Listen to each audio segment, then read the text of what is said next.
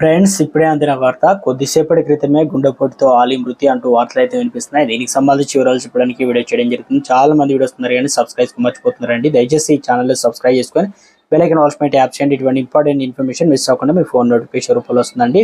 TS-UTF రాష్ట్ర auditor committee convener Sheikh Mohammed Ali శుక్రవారం గుండెపోటుతో హైదరాబాద్లో మృతి చెందారు. జూన్ 8న కుమార్తె పెళ్లి జరగాల్సి ఉండగా వస్త్రాలు ఆభరణాల షాపింగ్ చేస్తూ కూకట్పల్లిలో ఓ ఆభరణాల దుకాణంలో కుప్పకూలారు.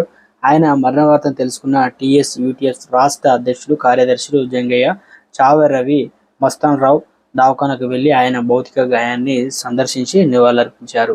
కుటుంబ సభ్యులు, బంధుమిత్రులు ఇక పెళ్లికి సంబంధించినటువంటి కార్యక్రమంలో భాగంగా ఇలా జరగడం ఒకసారిగా కుటుంబ సభ్యులు, బంధువులు శోకసంద్రంలో మునిగిపోయారు.